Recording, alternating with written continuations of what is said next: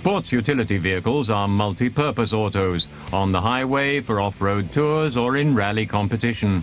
In spite of rising fuel costs and the endless discussion of environmental issues, SUVs remain hugely popular. At the end of the 80s, there were in Europe only a few thousand registered. At the end of 2007, there were 1.2 million. The SUV category accounts for 7% of European car sales, and the trend is to continued growth. For a long time, German manufacturers failed to recognize the SUV trend and left this increasingly promising sector to the Asian car makers. This was particularly the case with the smaller compact SUVs. Last year, however, the Tiguan replaced the BMW X3 as Germany's best seller, in spite of a 12-month waiting list. Few recall that back in 1988, the Japanese manufacturer Suzuki sold an automobile with a higher driving position, all-wheel drive, off-road capability, and compact dimensions. The Suzuki Vitara was the forerunner of the many SUVs which were to follow. This year, the Vitara is 20 years old, sufficient reason for us to take an in-depth look at the marque which triggered the wave of SUV fascination. We'll visit with journalists and Vitara fans when they test their autos in extreme territory. We'll look back on the models of 2 decades, and we'll check on the fate of the Vitaras in the Trans-Siberia Rally, one of motorsport's most demanding adventures. Spain, September 2008. Near Valencia, Suzuki presents its brand new Grand Vitara. Over 50 media people from Germany were invited to test the latest model, available in both 3-door and 5-door versions.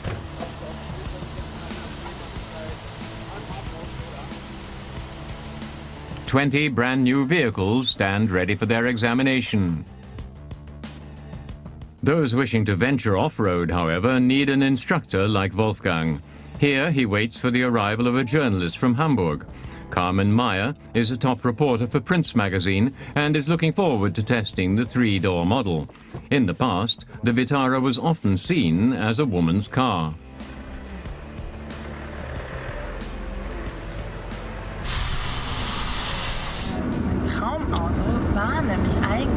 The car I dreamed of owning was always the Vitara, but in those days I couldn't afford it.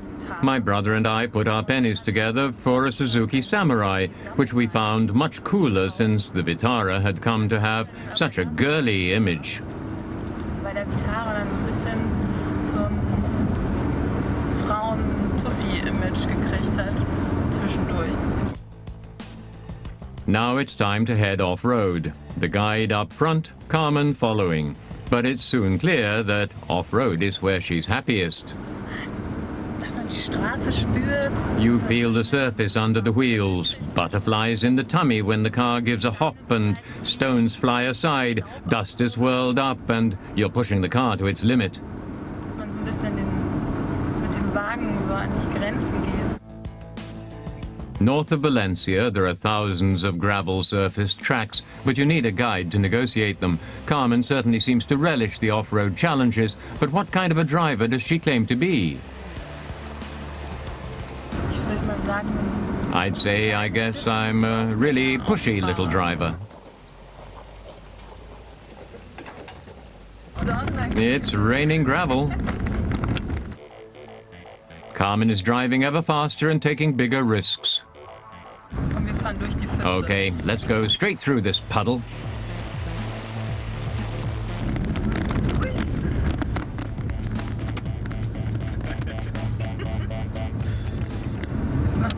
Now it's really getting to be fun. Carmen's driving is now so confident that the guide has no hesitation in letting her take the high track on her own. The original Vitara had not the best of reputations. Carmen sees a big difference nowadays.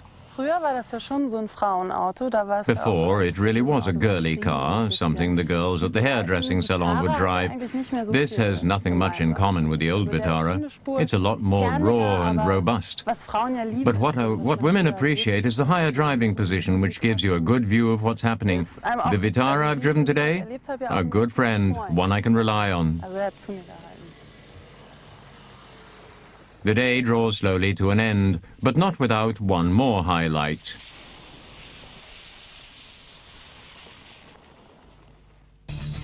A very steep descent. geht aber Now that's what I call seriously steep. Das geht aber doch. Carmen and her Grand Vitara on the stony downhill track. Off-road, there's one all-important rule: take it slow. Here our guide Wolfgang drives ahead to show Carmen the best line.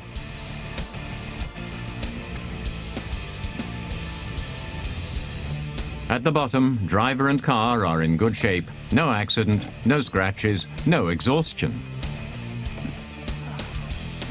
Was hat dir denn der Tag heute gegeben? Bisschen Respekt hat mir At the end of the day, I have to admit I have a new respect. I pushed a bit too hard at the beginning, and some of the slopes were quite tricky. You really have to take the time to get to know your vehicle. You have to forget using the brakes instead of the clutch. That takes some getting used to. But my biggest problem was being so high up. I'm not good at altitude, no good at mountains. You should have heard my heartbeat. What will I write about this car? Aber es ist gut gegangen. Was wirst du über den Wagen schreiben? Ja, was will ich über den Wagen schreiben? Well, I have no hesitation about recommending it. Our readers can be encouraged to buy it. Kaufen. I survived even that steep descent without sliding down it. I always felt that I was safe. It stood solidly on the track, and I felt well protected. And finally she admitted that she'd happily accepted the Grand Vitara as a gift and driven off in it. By 1988, Suzuki was already a leading manufacturer of compact cars and off-road vehicles, but the model range was without an automobile which combined the comfort of a sedan with the all-terrain capabilities of an off-roader. The board of directors came to a decision.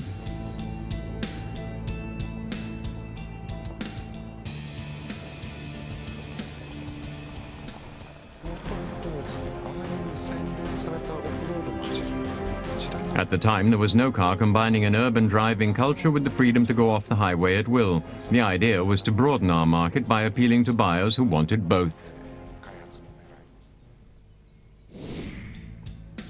The Vitara, with a wheelbase of just 3.62 meters, has the dimensions of a nippy city car.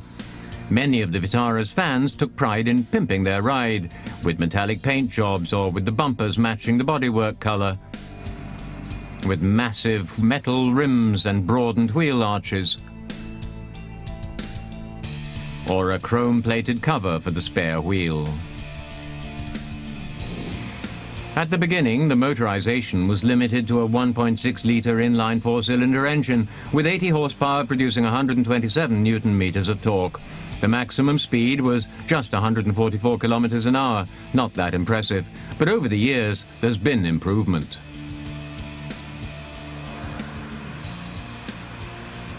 With two wheels being powered for normal highway driving, all-wheel drive could be engaged for off-road. The Vitara was the only model to have a transmission with reduction gearing, as Suzuki information material explains. The ladder frame chassis makes the Vitara extremely robust, an essential quality for an off-road vehicle. At the front there's McPherson spring struts, and at the rear a four-arm live axle with central transverse control arm.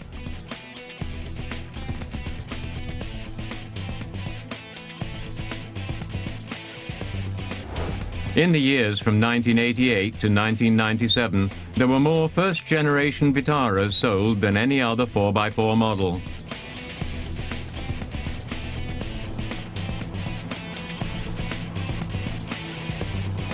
The second generation followed in 1998, the Grand Vitara. Now, the five-door model has grown to an overall length of 4.2 meters. There's a four-cylinder motor with 97 horsepower and a 2.5-litre six-cylinder giving 144 horsepower. Now, the top speed is 175.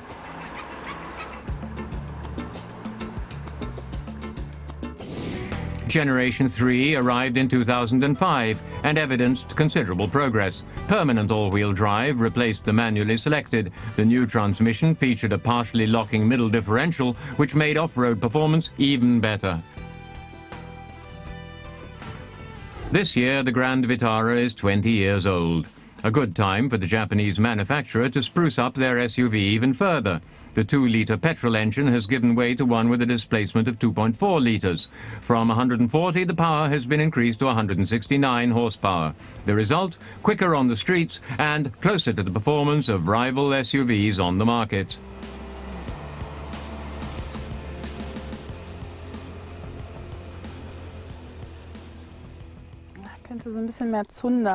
It could still have a bit more power under the hood. For off-road it's fine, but it could be quicker on the highway. Off-road it's certainly quick enough. The Grand Vitara is more at home in the rough than on the street. The 3-door model, with a wheelbase shorter than that of the 5-door model, is more agile and has a good ground clearance.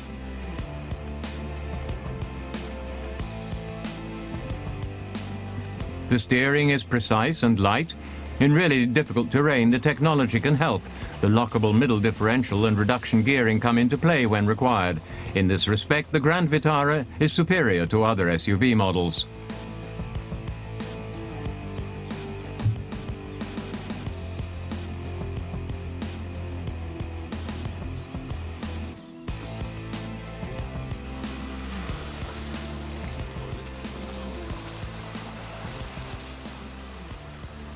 The 5-gear transmission and the gear reduction give good braking on downhill stretches, but if the gradient is acute, the brake pedal is needed too, which can be tricky in muddy conditions. Now there are 225 Newton-meters of torque available, where once there were just 183, a bit more push for the off-road trips. A facelift has resulted in a modified radiator grille and a more voluminous front skirt. And the turn indicators are built into the rear-view mirrors. Nice design, but the lights could be more apparent. Finally, the Vitara has its long-overdue disc brakes on the rear wheels as well. And now the cover for the spare wheel is given the same color as the bodywork. Madame has one complaint, though. There used to be a soft-top version. You could take it down and get that convertible feeling. Not an option here. But it's tough and very sporty. No gimmicks inside, no wood veneer. Maybe available as an option, but it's not one I'd choose. The car is fine as it is. Keine komischen Rüschen auf den Sitzen, Blumenmuster. Finde ich eigentlich ganz flott. There is no convertible version on offer anymore, but there are plenty of other choices, 3-door or 5-door, and a range of both petrol and diesel power plants.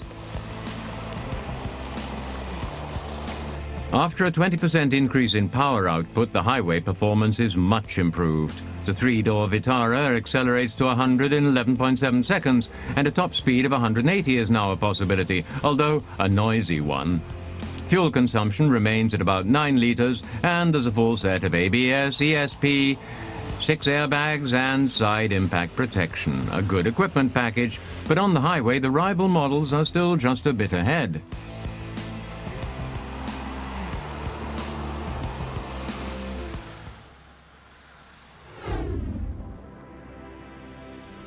Driving pleasure of a different kind. The Trans-Siberia Rally, 7,200 kilometers through Russia and Mongolia.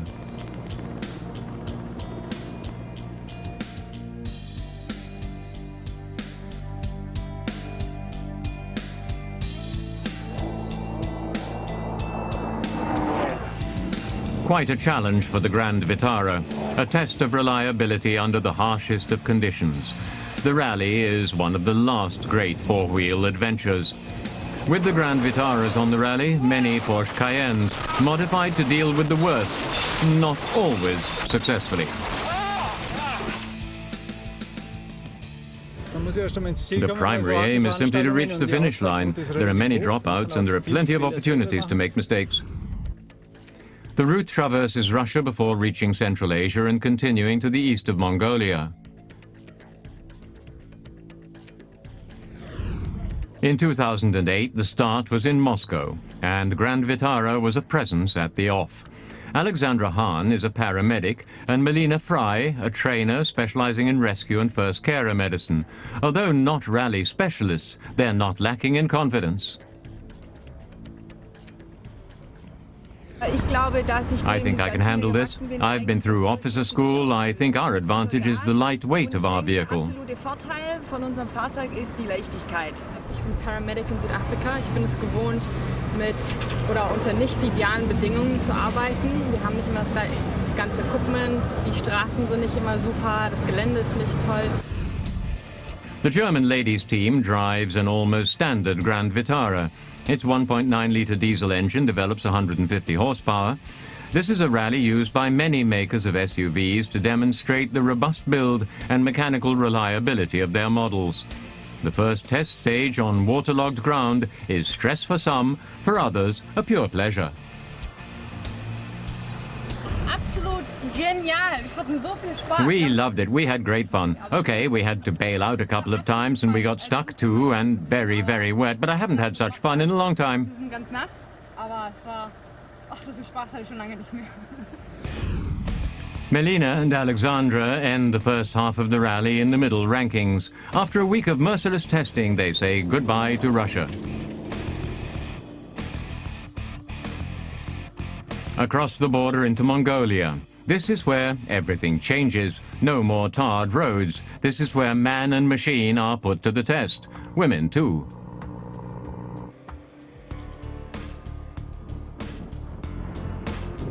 This is the kind of thing you encounter in the army. But here there's the added hassle with lots of mosquitoes and no toilets. Improvisation is called for.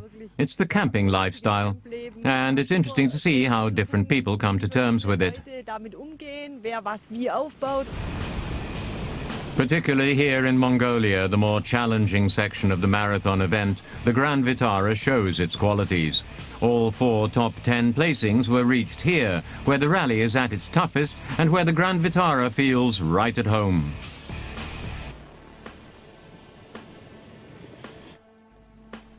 The German ladies finished the rally 30 hours behind the winner, but that's good enough for 14th place overall. And in their class, all-wheel drive under 3 liters displacement, they actually come second. In the last 2 days, we had no problems of any kind to deal with. The navigation was fine, the drive was good, the car was perfect, really it was super. The Grand Vitara came ahead of 5 Porsche Cayennes and 2 Land Rover Defenders, a big success for the ladies. They'll take home with them memories of a great rally in surroundings of amazing beauty.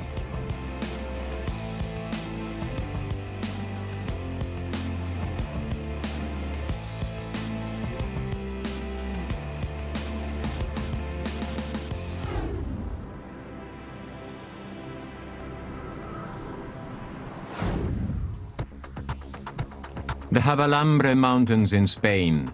Time for another journalist to test the 5-door Vitara. Michael Specht is 51 years old, for 21 of them a writer for many motoring magazines and an off-road expert, and he originally trained as a car maker.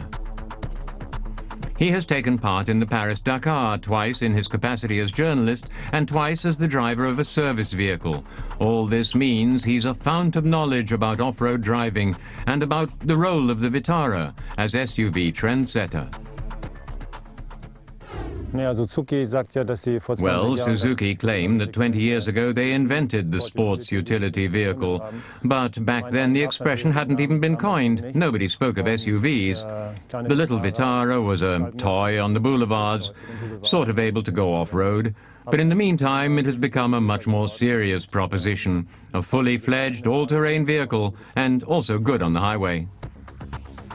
The new 3.2-litre 6-cylinder petrol power plant gives the special 20th anniversary model plenty of push.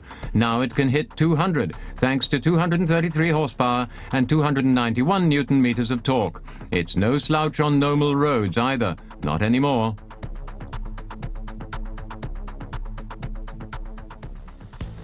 But the Grand Vitara begs to be taken off the beaten track. Ara de los Olmos is about 100 kilometers northwest of Valencia, and this is where Suzuki has set up its off-road camp. This is where the strengths of the Grand Vitara can be appreciated, on mountain slopes and rubble-strewn tracks. This is where most SUVs are obliged to call it quits. Without a lockable middle differential and reduction gearing, these are the essential off-road aids the driver needs faced with difficult going. The low mode for extreme terrain can be called on using the dial on the middle console. This gives additional drive torque for both front and rear wheels.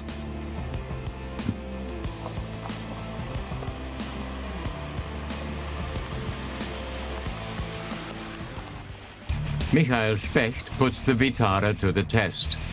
A fierce gradient looking like a wall is to be mastered. Can it be done? In low mode, the middle differential is automatically locked and the power is fed equally to front and rear axles. That means taking a gradient like this with ease. I doubt whether any rival models would make it, not without reduction gearing. You don't think it's possible, but it just keeps on climbing. And in the end, the hill doesn't even feel so steep anymore.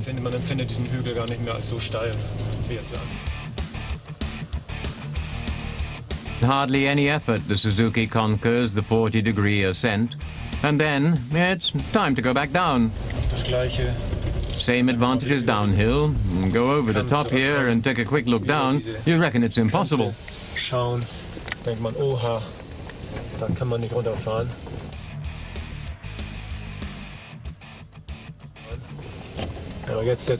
With the automatic downhill assist, you stay under 5 kilometers an hour. Braking is automatic. All I have to do is correct course with the steering wheel. Abbremst. Ich habe überhaupt nichts mehr zu tun, muss nur noch das Lenkrad korrigieren. See, I've pulled back my legs, not touching the brakes. The car is on its own. It's great for drivers with little off-road experience. Fahrer, die nicht so viel Erfahrung im Offroad-Bereich haben und am Anfang neigt man immer doch. You're tempted to hit the brakes, but that would be dangerous on slippery surfaces because the car could go sideways and there'd be the threat of rolling over. Und dadurch die Gefahr besteht, sich zu überschlagen. In the end, I hit the gas again, the assist cuts out, and I can drive again perfectly normally. As expected, perfect off-road comportment with this SUV, but some critical notes. The vehicle is based on a slightly out-of-date architecture. Other SUVs are constructed like normal street driving models. Here, there's the legacy of off-roading, something we respect. It handles the rough terrain superbly. There, it is really unbeatable. Only 750 of the anniversary special edition will make it to Germany. Suzuki's goals are modest, in spite of having sold worldwide 2.4 million Vitaras. But that's a mark that gives makers of other SUVs pause for reflection.